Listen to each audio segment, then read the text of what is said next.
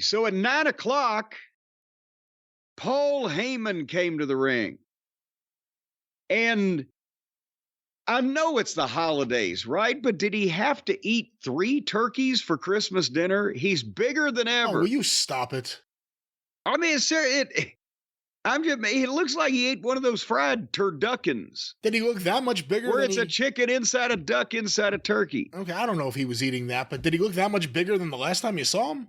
Well, it's also because since he's clean shaved, you can see more of his jowls, and he's got his hair, done black and slicked back and everything. So, maybe it's just the appearance of him fleshing out even more. But I'm sure it'll never be over.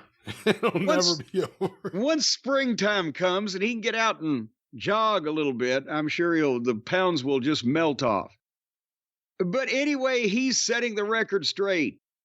Monday night, we're going to find out who the real tribal chief is. And the story is that, I can't do Paul's promo. He's fantastic. It's great. But they had trained Solo to be the next tribal chief in the future when Roman was ready to step down. But,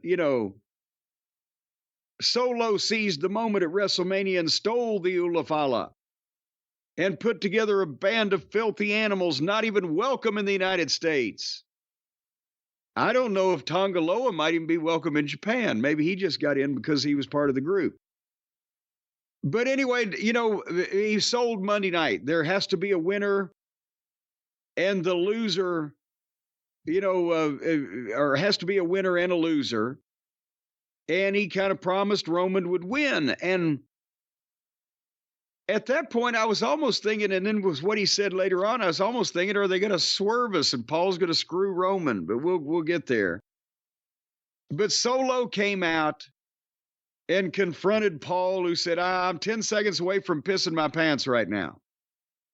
And now that they've got this issue over to the point where even Solo is not a fireball promo, but he's got heat, and they chant Solo sucks and fuck you Solo and all this stuff.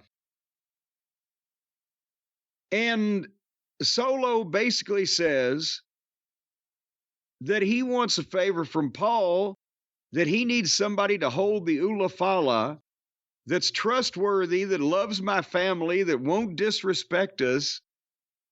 And that was, and when he said trustworthy and he was talking about Paul, I'm like, my God, you know this man.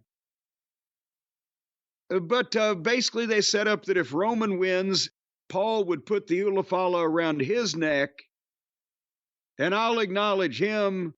But if when I beat Roman, you put it around my neck and I own this and I own you, you're my wise man forever. So let me ask you this, Brian, because if you're like a Samoan from Samoa, you can be won in a wrestling match and forced to be an indentured servant. But if you're a son of a attorney and a Jewish guy from Scarsdale, you can't be won in a wrestling match, can you? Yeah, I don't know how that stipulation. Again, it's tribal combat rules, so I guess it depends on who the supervising body is.